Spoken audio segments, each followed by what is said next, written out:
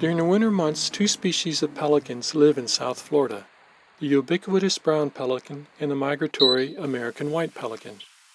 On inland lakes, you may find a few brown pelicans swimming alongside their larger cousins in pursuit of fish.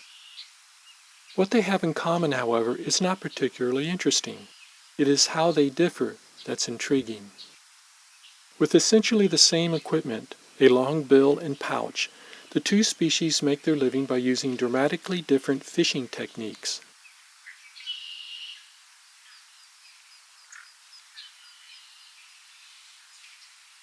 In the following three-part series, I explore the fascinating foraging behavior of these living dinosaurs.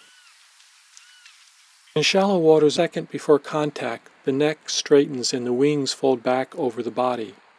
Some observers have noted that the head is also turned upside down just before impact. After a successful dive, the head is slowly lifted to drain water from the pouch before swallowing any captured fish.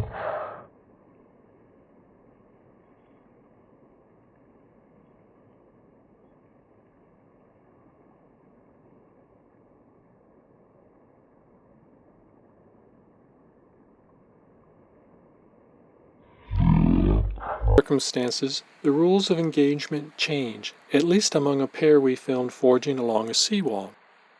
Flying no higher than a few meters above the water, the pelicans' movements were precisely synchronized as though performing an intricate dance.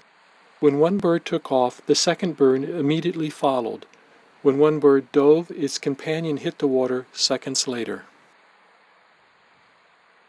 What are the birds doing? Does the choreographed maneuvers increase foraging efficiency? Given that the same pelican always took off first, and the follower was an adult in full nuptial plumage, suggests that a male is courting a young female.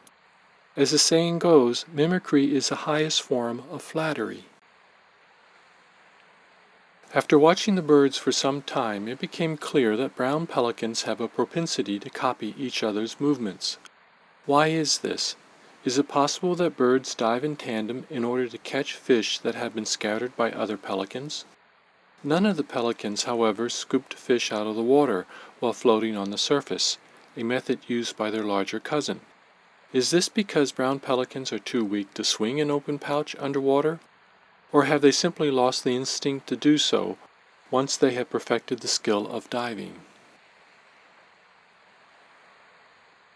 Indeed, the relatively small stature of brown pelicans allow them to exploit a resource that would otherwise be unavailable to them. Most certainly, they would be ill-equipped to live in a marine environment without the ability to bombard their prey from the air.